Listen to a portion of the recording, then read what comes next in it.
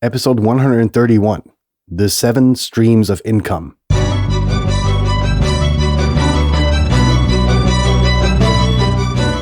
You're listening to the very best podcast in the world on health, wealth, and happiness. Please remember to leave a review and share with all your friends and family. And here is your host, Lars Hilser.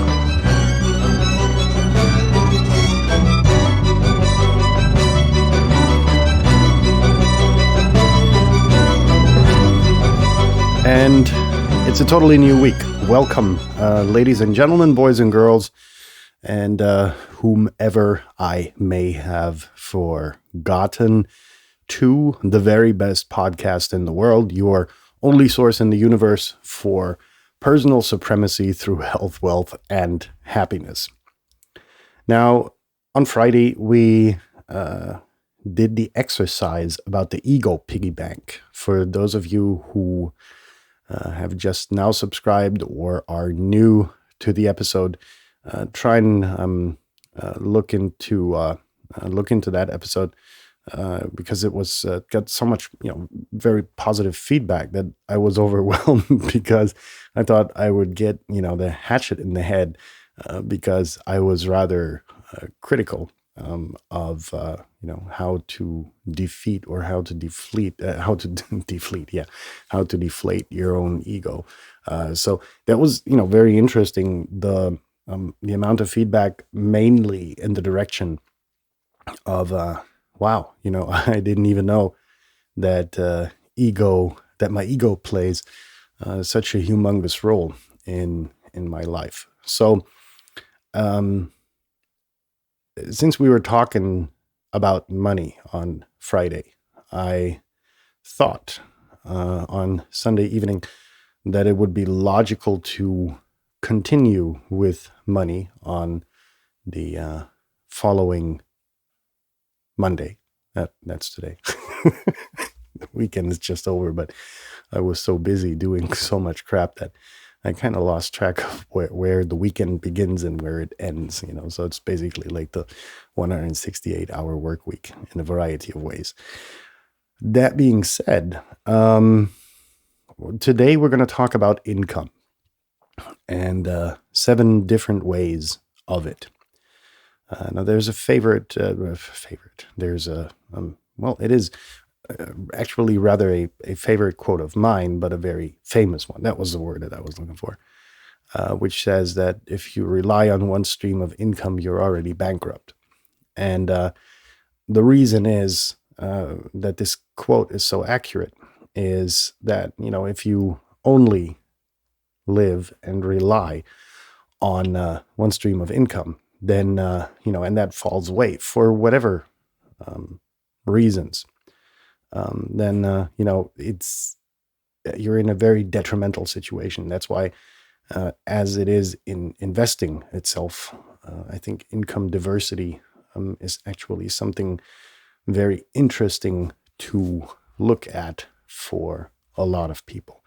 Now, if you remember, we did an episode called the Financial Freedom Exercise really a while ago, which was about the side hustle as a concept, and that let's therefore start out with earned income. The good, getting your hands dirty, maybe even labor that puts the bread on your table, the food on the table for the family, and that's the one the income everyone is accustomed to, right? Now, how are you going to diversify when you're busy 8 hours, I don't know, digging holes or whatever it is at the end of the day that you do, and come home totally beat, and what do you do? Well, fact is, you have enough energy, trust me, particularly in younger years, to start a side hustle, whatever that may be, an internet dropshipping business. You're listening to a podcast, so you've got a certain amount of technical raffinesse So, look into starting a drop shipping, business without any larger investment necessary. Then, it could be something very simple to get you more income and diversify by just getting, another job. What's better than sitting on the couch and watching the TV is earning money, right? At the end of the day. And so, earned income, I think, is pretty much self-explanatory, except for the fact that a lot of you actually forget that the day has more than two segments, which is work and free time, right? Because if you divide 24 by 3, and then you've got 8 hours of work, 8 hours of sleep, ideally, and then you've got 8 hours left, right? So what do you do with that? And most of you, if you, cross your heart and hope to die, a lot of that time is wasted by watching TV, and otherwise. I just can't come up with anything more wasteful than watching TV. That being said, that's even inside the earned income, you can diversify so that if your main job falls away, you still have a backup job that you can go to. Not going to make you as much money. It's a backup job, but it's going to keep you afloat while you are looking for another job, right? And then you've got the 8-hour main job, whatever, 6 to 8 hours of side job. And then you've got, getting ready, transit, and whatever. And that gives you 6 hours of sleep, which is ample, especially in young years when you get started, right? Again, beside that, still, you can start a side hustle like an internet business or whatever it is at the end of the day that suits your fancy. Now, number 2 is rental properties. And for a lot of you, that appears miles away.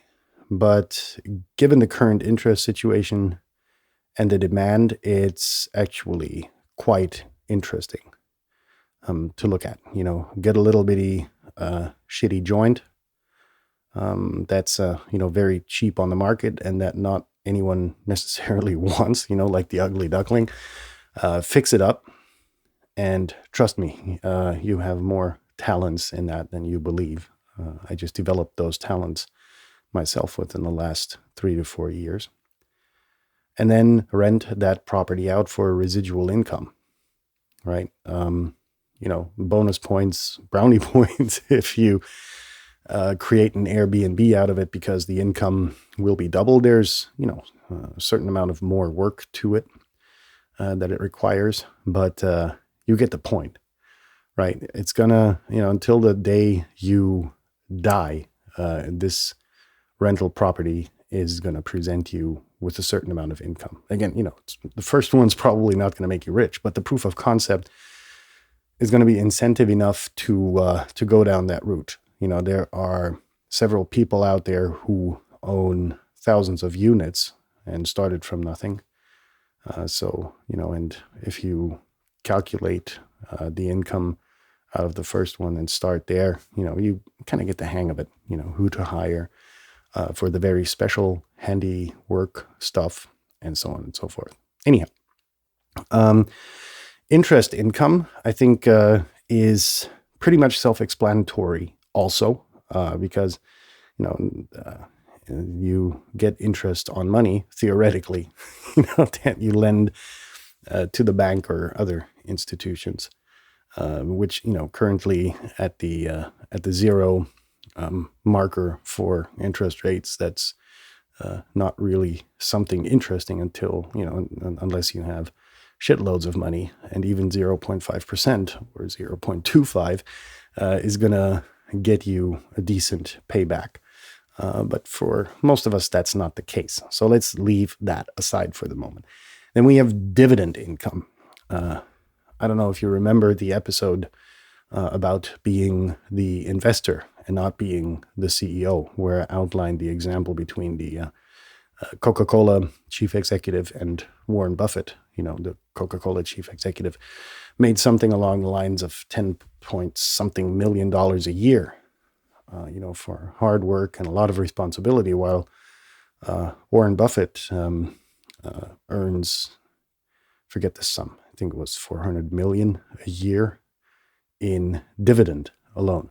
So dividend is something like a thank you payment that you get from traded companies, right? So they thank you for the money you lend them by paying you an annual fee per share of the company that you own, right? So, just for explanation purposes. Plus, you get to go to the main. In a lot of countries, you get to go to the what is it called, a stockholder assembly or whatever, and you get free food and get your ass pampered. And if you diversify that enough, once, twice a month, you can get free food, listen to these guys talk and whatever. And anyhow, next is portfolio income. So portfolio being, whatever your portfolio consists of, right? So you can have shares, you can have real estate, you can have whatever it is at the end of the day that you have invested in, and that presents a return. So that's a more generalized term.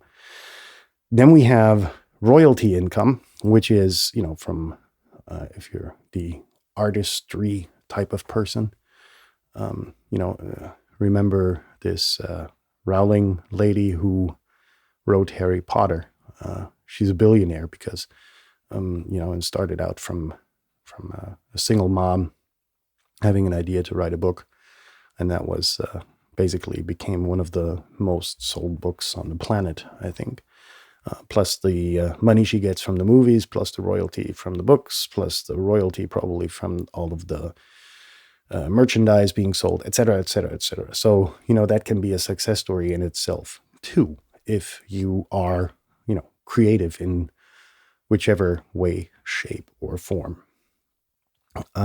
Last but not least is capital gains, which means nothing less than the profit you make on, for instance, an investment into stock or shares, right? So you buy a stock at $10, you sell it for $15, then the $5 per share that you, that is your profit, is essentially the capital gains. And the same applies for, of course, if you buy and sell real estate, et cetera, et cetera.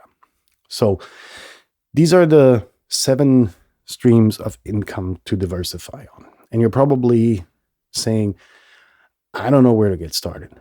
And that's okay. Honestly, I think that's the problem for a lot of us, right? How do you get over that level of just living from the income of your job, right? Of your earned income. And, the rental properties thing, I never thought that, I would be the person for it, but I repeatedly mentioned it, that we run a very successful Airbnb on our farm in Germany. And it's a lot of fun to interact with the people that you get from all across the world, and to interact and engage with them. You exchange really interesting stories because they come to us from all walks of life, and keeping the place neat and tidy is something that you can easily afford by hiring a cleaning lady. And, minor repairs you can basically do yourself, a lot of them.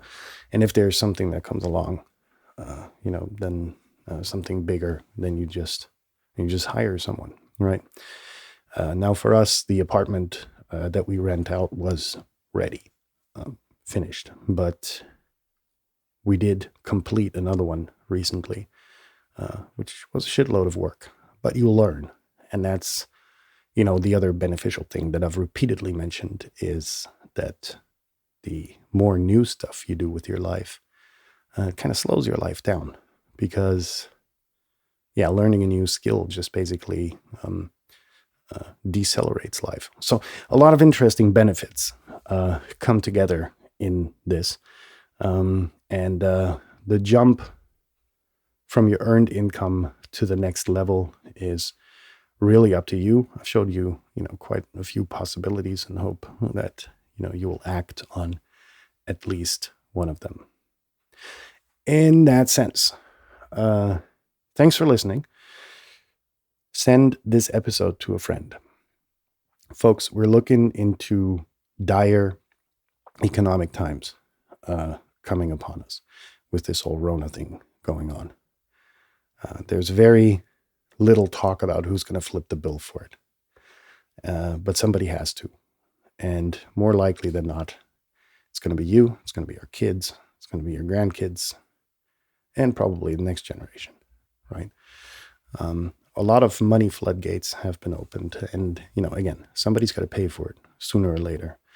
So the more skills you develop, the more money you have invested at this stage, the less likely that you're going to be impacted to a degree where, we're talking about the Great Depression.